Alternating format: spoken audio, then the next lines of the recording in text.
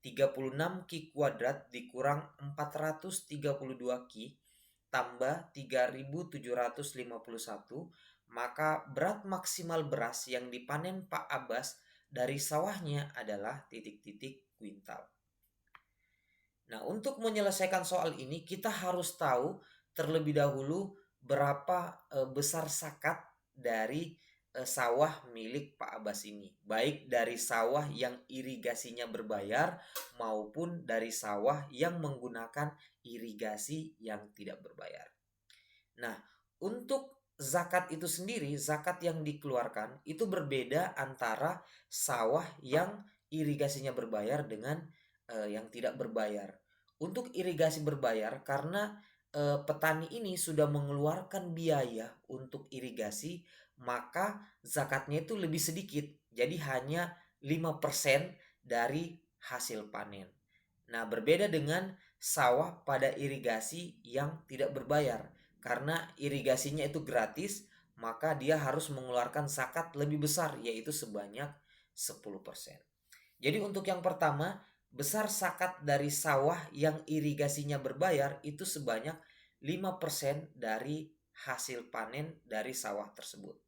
Atau kita sederhanakan, jika 5/100 ini kita sederhanakan menjadi 1/20. Jadi besaran zakatnya itu sebesar 1/20 dari hasil panen dari sawah yang irigasinya berbayar. Atau jika kita balik, maka hasil panen dari sawah yang irigasi berbayar itu sebesar 20 kali dari besar zakatnya. Nah, karena di soal dikatakan bahwa zakatnya pada irigasi yang berbayar itu sebanyak P kuintal, maka hasil panen dari sawah irigasi berbayar bisa kita tuliskan sebanyak 20 P.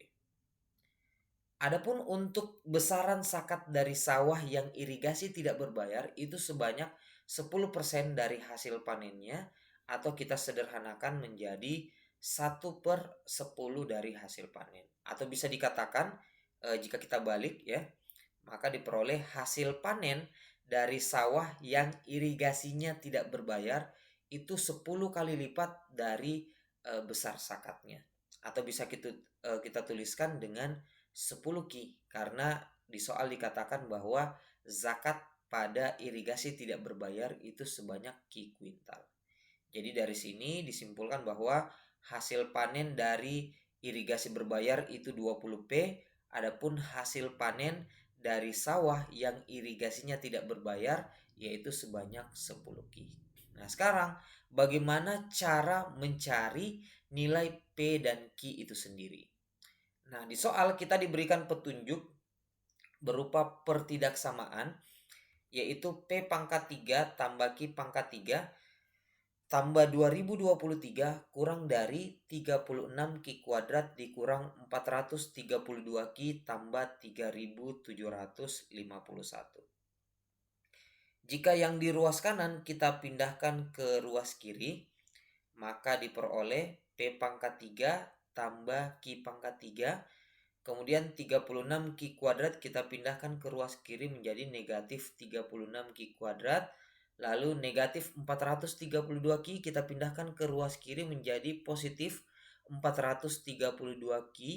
Lalu 3751 kita pindahkan ke ruas kiri sehingga diperoleh 2023 dikurang 3751 yaitu negatif 1728. Nah, ini hasilnya harus kurang dari 0. Nah, jika kita perhatikan Q pangkat 3 dikurang 36 Q kuadrat tambah 432 Q dikurang 1728, bentuk ini bisa kita sederhanakan dengan menggunakan perpangkatan yang memanfaatkan segitiga Pascal. Jadi jika kita menjabarkan X kurang Y pangkat 3 itu bisa dijabarkan menjadi X pangkat 3 dikurang 3X kuadrat Y tambah 3XY kuadrat dikurang Y pangkat 3. Nah, jika kita perhatikan Q pangkat 3 dikurang 36 Q kuadrat tambah 432 Q dikurang 1728 itu bisa diubah menjadi Q pangkat 3 dikurang 3Q kuadrat kali 12 ditambah 3Q kali 12 pangkat 2 dikurang 12 pangkat 3. Nah, bentuk ini mirip dengan bentuk X kurang Y pangkat 3, di mana X yang kita gunakan itu adalah Q, lalu Y-nya adalah 12. Sehingga bentuk ini bisa kita ubah menjadi Q kurang 12 pangkat 3. Sehingga bentuk pertidaksamaan yang ada di sebelah kiri bisa kita sederhanakan menjadi P pangkat 3 ditambah Q dikurang 12 pangkat 3 kurang dari 0. Nah, sekarang bagaimana cara menentukan P dan Q pada pertidaksamaan ini? Jadi agar P pangkat 3 tambah Q kurang 12 pangkat 3 kurang dari 0, maka syaratnya adalah Q harus kurang dari 12. Mengapa seperti itu? Karena P ini adalah bilangan prima, berarti P pangkat 3 sudah pasti bernilai positif. Nah, jika Q lebih besar atau sama dengan 12, maka Q kurang 12 pangkat 3 itu juga akan bernilai positif. Nah, karena P pangkat 3 positif dan Q kurang 12 pangkat 3 positif, berarti jumlahnya juga bernilai positif.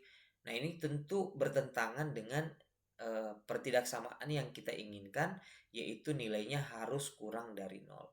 Sehingga kita beri syarat untuk nilai Q harus kurang dari 12. Nah, karena Q itu bilangan prima, maka kita uji pada bilangan prima yang lebih kecil dari 12. Kita mulai dari bilangan prima Q sama dengan 11. Nah, untuk Q sama dengan 11, maka P pangkat 3 tambah 11 dikurang 12 pangkat 3 kurang dari 0.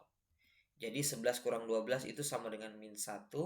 Lalu jika kita pindah ruaskan ke sebelah kanan, diperoleh P pangkat 3 kurang dari 1 pangkat 3. Atau P kurang dari 1.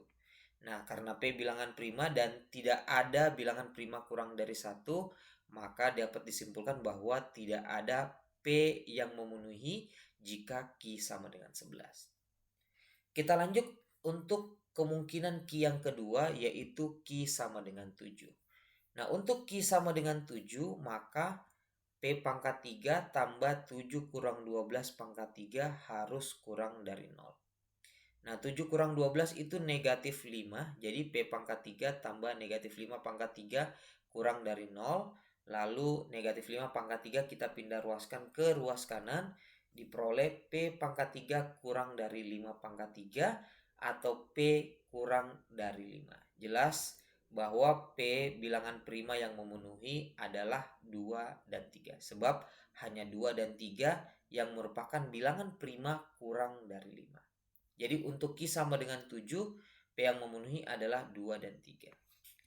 Kita lanjut untuk Q sama dengan 5, maka diperoleh kesimpulannya nanti pertidaksamaannya yaitu P pangkat 3 kurang dari 7 pangkat 3 atau P kurang dari 7 sehingga diperoleh P yang memenuhi adalah 2, 3, dan 5. Dan jika kita lakukan hal yang sama untuk Q sama dengan 3, diperoleh P yang memenuhi adalah 2, 3, 5, dan 7.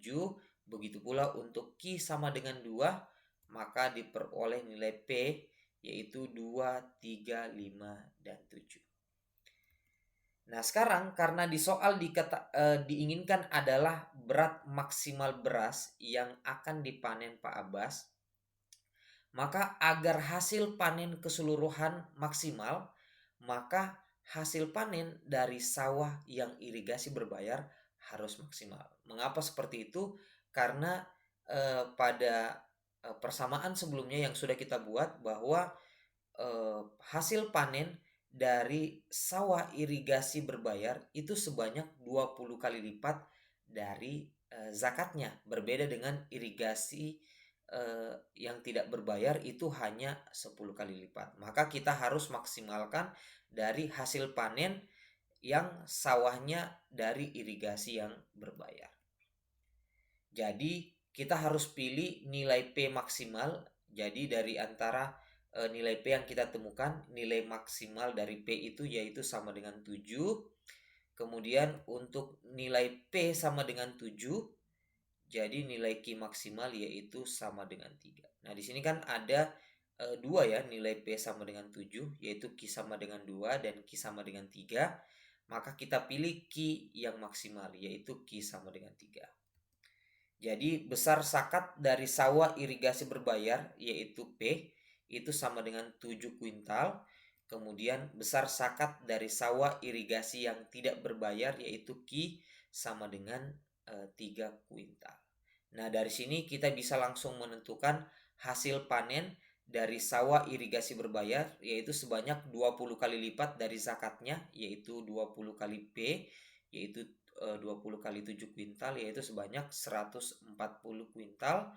Kemudian hasil panen dari sawah yang irigasinya tidak berbayar yaitu sebanyak 10 kali lipat dari zakatnya yaitu 10 kali 3 kuintal yaitu 30 kuintal. Sehingga jika yang ditanyakan adalah beras yang dipanen Pak Abbas keseluruhan, jadi cukup kita jumlahkan saja yaitu 140 kuintal ditambah dengan 30 kuintal. Jadi jawaban yang tepat adalah 170 kuintal. Jadi jawaban untuk nomor 14 ini adalah 170. Oke.